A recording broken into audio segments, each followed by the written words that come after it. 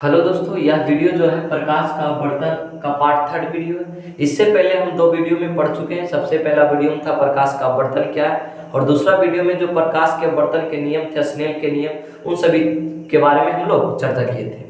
आज हम लोग पार्ट थर्ड वीडियो में चर्चा करने वाले हैं कि अपवर्तनांक क्या है और माध्यम का अपवर्तनांक क्या है। इनमें से जो भी सारे डाउट जो भी आएंगे वो सभी क्लियर हो जाएंगे कि किस कारण से प्रकाश की किरण मतलब कि अभिलंब की ओर मुड़ जाती है दूसरे माध्यम में प्रवेश करने पर, या तो किस कारण से मतलब माध्यम का जो होता है दूसरे माध्यम में प्रवेश करने पर प्रकाश की किरण अभिलंब से दूर चली जाती है। तो इन सभी प्रश्नों का हल जो है इसमें अच्छे तरीके से मिल जाएगा कि किस कारण से होता है। तो इससे पहले कि आप मेरे चैनल पर नए हो तो चैनल को सब्सक्राइब करें और वीडियो को लाइक करें और ज़्यादा से ज़्यादा शेयर करें, और वीडियो को अंत तक देखना बिल्कुल भी ना भूलें। अब चलिए चलते हैं बिना देर करते हुए वीडियो की ओर। हम देखेंगे, पहले समझेंगे कि माध्यम का अपवर्तनांक क्या है। तो माध्यम का अपवर्तनांक से पहले हम लोग अपवर्तनांक के बारे में सीखेंगे कि अपवर्तनांक है क्या। तो जैसे हम अपवर्तन में पढ़ाए थे कि जब कोई भी किरण सघन माध्यम से विरल माध्यम में प्रवेश करती है तो वह अभिलंब से दूर हटती है, लेकिन जब विरल माध्यम से सघन माध्यम में प्रवेश करती है प्रकाश की किरण तो वह अभिलंब की ओर मतलब मुड़ जाती है। तो जिस मतलब क्षमता से वह किरण अभिलंब से दूर जा रहा है या अभिलंब की ओर मुड़ रहा है, उसी मतलब क्षमता को ही हम अपवर्तनांक कहते हैं। कह सकते हैं कि किसी भी माध्यम में प्रकाश की मुड़ने की क्षमता को ही हम अपवर्तनांक कहते हैं।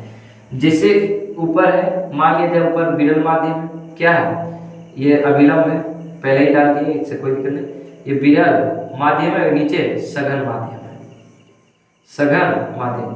तो इधर से अगर प्रकाश की किरण जा रही है तो इसको तो सीधे जाना चाहिए, लेकिन विरल से सघन हो रहा है मतलब कि गरीब से अमीर की ओर, तो वह हमेशा पास ही जाएगा, अभिलंब से पास ही होकर जाएगा।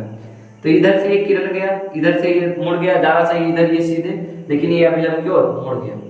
तो जिस क्षमता से यह मुड़ा है या जो यह माध्यम है सघन माध्यम, जिस क्षमता से इस किरण को अभिलंब की ओर मतलब मोड़ दी, उसी क्षमता को ही हम प्रकाश मतलब कि अपवर्तनांक कहते हैं। तो क्या कहेंगे अपवर्तनांक अगर पूछे तो, कि किसी भी माध्यम में प्रकाश की मुड़ने की क्षमता को ही हम अपवर्तनांक कहते हैं। लेकिन हम पढ़ रहे हैं माध्यम का अपवर्तनांक। माध्यम का अपवर्तनांक कहने का मतलब कि शून्य में प्रकाश की चाल। शून्य कहने का मतलब या तो हवा या तो निर्वात, दोनों को शून्य माना जाता है। किसको शून्य माना जाता है? हवा और निर्वात को। हवा या निर्वात को क्या माना जाता है? शून्य। तो शून्य में प्रकाश की चाल तथा जिस माध्यम के बारे में बोला जाता है उस माध्यम में प्रकाश की चाल के अनुपात को ही उस माध्यम का अपवर्तनांक कहते हैं। ठीक, कैसे? तो सबसे पहले मतलब मान लिया जाए शून्य में प्रकाश की चाल, शून्य में प्रकाश की चाल, तो शून्य में प्रकाश की चाल हमेशा कितना लेना है? 3 × 10⁻8 मीटर प्रति सेकेंड। 3 × 10⁻8 मीटर प्रति सेकेंड। यह शून्य में प्रकाश की चाल, या हवा बोले या तो निर्वात बोले, हमेशा फॉर्मूला क्या है कि शून्य में प्रकाश की चाल तथा उस माध्यम में जिस माध्यम का अपवर्तनांक निकालना होता है, जैसे कि एक माध्यम तो शून्य है, हवा या निर्वात है, और उसकी अपेक्षा हमें कांच में उसका अपवर्तनांक निकालना है, तब जाके उसका अपवर्तनांक क्या होगा। तो उसमें क्या फॉर्मूला यूज करेंगे माध्यम का अपवर्तनांक निकालने के लिए? शून्य में प्रकाश की चाल तथा उस माध्यम में प्रकाश की चाल, यानी कि अगर ग्लास निकालना है तो ग्लास में प्रकाश की चाल के अनुपात को ही हम उस माध्यम का अपवर्तनांक कहते हैं। जैसे मान लीजिए हम इस फॉर्मूला को यूज करते हैं कि शून्य में प्रकाश की चाल तथा उस माध्यम में प्रकाश की चाल, तो इससे क्या इस फॉर्मूला से हम लोग अपवर्तनांक भी निकाल सकते हैं। और शून्य में तो प्रकाश की चाल है ही, और उस माध्यम में प्रकाश की चाल भी निकाल सकते हैं। तो जैसे कैसे निकालें, एक एग्जांपल के लेते हैं कि मतलब मान लिया जाए ग्लास में मतलब कि कांच का अपवर्तनांक निकालते हैं, कांच का अपवर्तनांक, कांच का अपवर्तनांक। तो कांच का अपवर्तनांक क्या है? तो कांच का अपवर्तनांक हमको निकालना है, तो सबसे पहले हमें कांच में प्रकाश की चाल मालूम होना चाहिए, क्योंकि जिस माध्यम में हमें जिस माध्यम का अपवर्तनांक निकालना होता है उस माध्यम में हमें प्रकाश की चाल पता होना जरूरी है। तो कांच का अपवर्तनांक निकालने के लिए पहले तो शून्य में प्रकाश की चाल, तो शून्य में प्रकाश की चाल हम कितना बताए थे, तो 3 × 10⁸ मीटर प्रति सेकेंड। और बोल रहा है तो शून्य में प्रकाश की चाल, और जिस माध्यम में निकालना होता है, जिस माध्यम का अपवर्तनांक निकालना होता है उस माध्यम में प्रकाश की चाल पता होना चाहिए। तो कांच में प्रकाश की चाल होता है 2 × 10⁸ मीटर प्रति सेकेंड। अब इसका अपवर्तनांक निकालना है तो ये मीटर प्रति सेकेंड से मीटर प्रति सेकेंड और 10⁸ से 10⁸ मीटर प्रति सेकेंड खत्म। तो बच गया कितना, तो 3/2, 3/2। तो 3/2 कहने का मतलब इसको हम डिवाइड करेंगे तो 1.333 ऐसे ही करते चला जाएगा। तो हम कह सकते हैं जो कांच का अपवर्तनांक होता है वह 1.333 होता है। इसका कोई यूनिट नहीं होगा, क्योंकि यूनिट देख रहे हैं, यूनिट से यूनिट खत्म हो गया। तो पूछेगा कि कांच का अपवर्तनांक कितना है, तो 1.33 है ना। और इससे हम लोग प्रकाश की चाल भी निकाल सकते हैं। जैसे मान लीजिए मतलब कांच में प्रकाश की चाल निकालना है तो ये फॉर्मूला को यूज करेंगे कि यहाँ पर अपवर्तनांक लगा देंगे, यहाँ पर प्रकाश की जो कांच में प्रकाश की चाल है उसको इधर लेकर चलाएंगे। इसको कैसे लिख सकते हैं, कांच में प्रकाश की चाल, जैसे यहाँ पर मान लिया जाए Ng लिख दिए, Ng हो गया तो यानी कि ऐसे लिखेंगे कांच का अपवर्तनांक क्या है, शून्य में प्रकाश की चाल, शून्य में प्रकाश की चाल, शून्य में प्रकाश की चाल अब बटा उस माध्यम में प्रकाश की चाल, प्रकाश की चाल।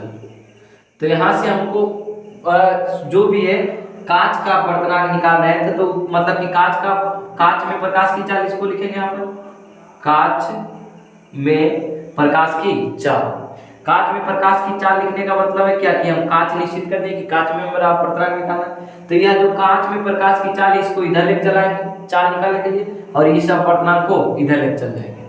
तो इस तरह से हम इस फॉर्मूला को यूज करके न्यूमेरिकल भी बना सकते हैं। इसके लिए हम एक अलग सा वीडियो लाएंगे और इसमें जो भी प्रकाश मतलब किन माध्यमों में कितना प्रकाश की चाल होता है उसको भी हम एक अलग से वीडियो लाकर आपको दे देंगे। तो आप देख लीजिएगा, वीडियो पे लगातार बने रहें और वीडियो को हमेशा अंत तक देखें, जिससे कि आप कुछ ना कुछ हमेशा अलग सीख सकते हैं। अब जैसे हम अपवर्तनांक समझ चुके हैं, अब बोल रहा है कि जो माध्यम प्रकाशता सघन होगा उसका अपवर्तनांक अधिक होगा। मतलब कि उसमें जो माध्यम जितना अपवर्तनांक मतलब कि सघन होगा उसमें प्रकाश की मतलब कि मुड़ने की जो क्षमता होगी, अपवर्तनांक होगी, वो अधिक होगी। जाहिर सी बात है कि सघन होना मतलब उसका घनत्व अधिक होना, और जब घनत्व अधिक होगा तो उसमें प्रकाश की किरण अधिक मुड़ेगी, मतलब रोकेगा ना, मतलब अधिक मुड़ेगी। जिसे सीधे जाना एक अलग बात है, उसको मोड़ कर विलंब की ओर लाना, दोनों में फर्क है। फर्क क्या है कि मतलब उसके पास क्षमता है कि वह अगर किसी दिशा में किरण जा रहा है तो उसको मोड़ कर विलंब की ओर ला सकता है, और उसी को हम सघन माध्यम कहते हैं जिसका अपवर्तनांक अधिक होता है। तो वही बोल रहा है कि जो माध्यम प्रकाशता सघन होगा, मतलब जो सघन माध्यम होगा उसका अपवर्तनांक अधिक होगा। ये तो पहला कंडीशन था, यानी कि कह सकते हैं कि जिस माध्यम का घनत्व या जिस माध्यम का अपवर्तनांक जितना अधिक होगा वह उतना सघन माध्यम भी होगा। ऐसे उलट के भी समझ सकते हैं। और दूसरा बोल रहा है कि जिस रंग के प्रकाश का तरंगदैर्घ्य, ध्यान से, जिस रंग का प्रकाश मतलब जिस रंग के प्रकाश का तरंगदैर्घ्य जितना अधिक होगा उसका अपवर्तनांक उतना कम होगा। मतलब कि जो किरण का मतलब कि जैसे मान लिया जाए लाल रंग की कोई प्रकाश है तो वह बहुत कम उड़ेगी। क्या होगी? बहुत कम उड़ेगी, और कम उड़ेगी तो यानी कि उसका अपवर्तनांक कम होगा। यानी कि अपवर्तनांक हम क्या कहते हैं कि प्रकाश किसी भी माध्यम में जिस क्षमता से मुड़ता है या तो प्रकाश की मुड़ने की क्षमता को ही हम उसका अपवर्तनांक कहते हैं। तो वही जिस रंग का प्रकाश मतलब कि प्रकाश का तरंगदैर्घ्य जितना अधिक होगा तरंगदैर्घ्य उतना कम होगा। अधिक तरंगदैर्घ्य के संबंधित से अधिक से तुलना करेंगे तो अधिक के तुलना कम, जितना तरंगदैर्घ्य अधिक उतना मतलब कि उतना कम अपवर्तनांक। तो सबसे ज्यादातर मतलब कि कम अपवर्तनांक किस रंग के प्रकाश का होगा? तो लाल का। किसका? लाल का। और सबसे कम किसका होगा? तो नीला का होगा। मतलब सबसे ज्यादा अपर्तनांक किसका होगा, तो नीला का। किसका, नीला का। तो ये रंग से समझ चुके। अब दूसरा कंडीशन क्या है कि कोई भी माध्यम हो, कोई भी माध्यम हो, हमेशा सघन माध्यम, अगर जैसे कि मान लिया जाए हीरा है एक माध्यम और एक माध्यम हवा या तो पानी या तो कांच कुछ भी ले ले, उसमें हमेशा एक अगर हीरा है तो हमेशा हीरा ही सघन माध्यम होगा, क्योंकि इसका ही अपर्तनांक सबसे ज्यादा कितना है, 2.42 है। अगर पूछे कि हीरा का अपर्तनांक कितना है तो 2.42 है।